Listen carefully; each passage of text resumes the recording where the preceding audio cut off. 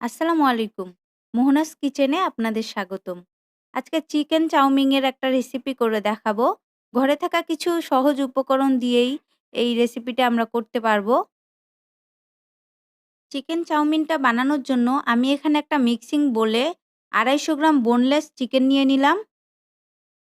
এর মধ্যে ১/২ চা চামচ গোলমরিচ গুঁড়া, ১/২ চা চামচ মরিচ গুঁড়া, ১ চা চামচ আদা রসুন বাটা, ১ টেবিল চামচ কর্নফ্লাওয়ার,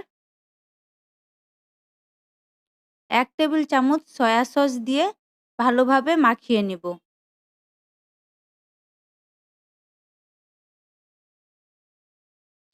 সয়া সসে লবণ থাকে তাই লবণটা একটু বুঝে দিবেন। আমি এখানে সামান্য পরিমাণ লবণ দিয়ে দিলাম। এখন এটা ০.৫ ঘন্টার জন্য ম্যারিনেট করে রাখবো। অন্যদিকে চাউমিনের যে সসটা সেটি বানিয়ে নিব।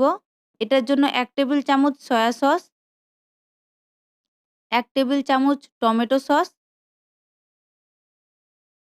১ টেবিল চামচ ওয়েস্টার সস, ১/২ চা চামচ গোলমরিচ গুঁড়া, ১ চা চামচ চিনি আর লেবুর রস দিয়ে ভালোভাবে মিক্স করে নেব। ফ্রেশ লেবুর রসটা দেওয়ার চেষ্টা করবেন, এতে ফ্লেভারটা খুবই ভালো আসে। তো এখন সবকিছু একসাথে মিশিয়ে নিলাম। নুডলসটা রান্না করার জন্য আমি একটি পাতিলে গরম পানি করে নিয়েছি। পানিটা যখন হালকা ফুটতে শুরু করবে তখন ১ টেবিল চামচ তেল দিয়ে দিব। এতে হবে কি নুডলসটা ঝরঝরে হবে আর একটার সাথে একটা লেগে যাবে না। যখন পানিটা ফুটবে তখন নুডলসটা দিয়ে দিলাম। আমি এখানে ২ প্যাকেট নুডলস ব্যবহার করেছি। নুডলস সিদ্ধ হইতে বেশি সময় লাগে না, ৪ থেকে ৫ মিনিটের মধ্যে হয়ে যায়।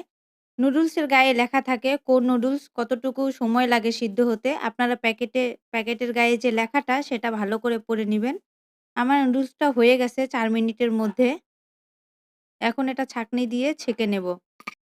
নুডলসটা সিদ্ধ করে নেওয়ার পরে চুলায় একটা প্যান বসিয়ে দিলাম।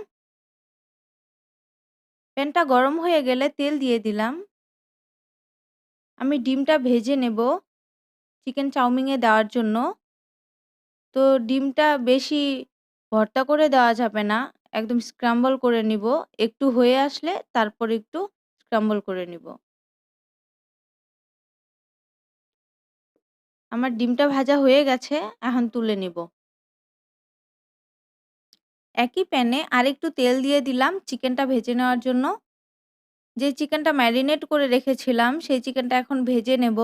একটু ছড়িয়ে দিলাম যেন প্যানের সব দিকে চলে যায় চিকেনটা। এক পাশ হয়ে গেলে অপর পাশে ভেজে নেব। আমি এখানে লাল, লাল করে ভেজে নিয়েছি। এতে চিকেন চাউমিনে চিকেনের কালারটা অনেক ভালো লাগে দেখতে।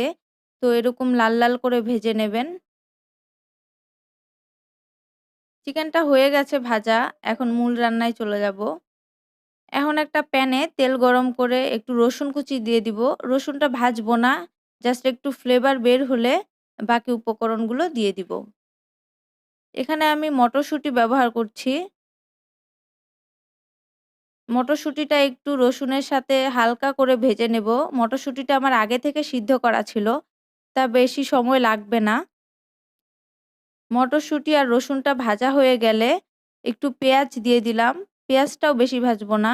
এই রান্নায় আসলে হাই হিটে করতে হবে। ৪ থেকে ৫ মিনিটের মধ্যেই সবকিছু হয়ে যাবে। যেহেতু আগে থেকেই সব রেডি করা আছে আমাদের। এখন চিকেনটা দিয়ে দিলাম। চিকেনটা দিয়ে ১-২ মিনিটের মতো নেড়েচেড়ে নিব।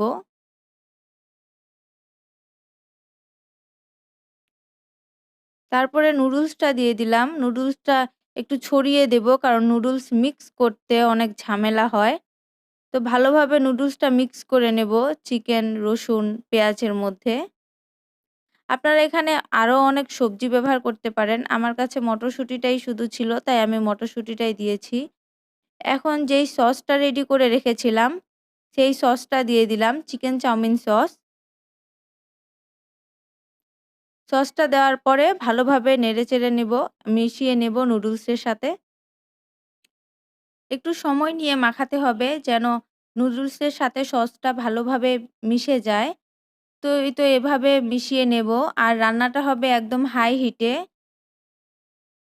ভালোভাবে মেশানো হয়ে গেলে একটু চিনি দিয়ে দিব। এটা অপশনাল, আপনাদের পছন্দ হলে দিতে পারেন, না হলে না দিতে পারেন। তারপর স্ক্রাম্বল করা ডিমটা দিয়ে দিলাম।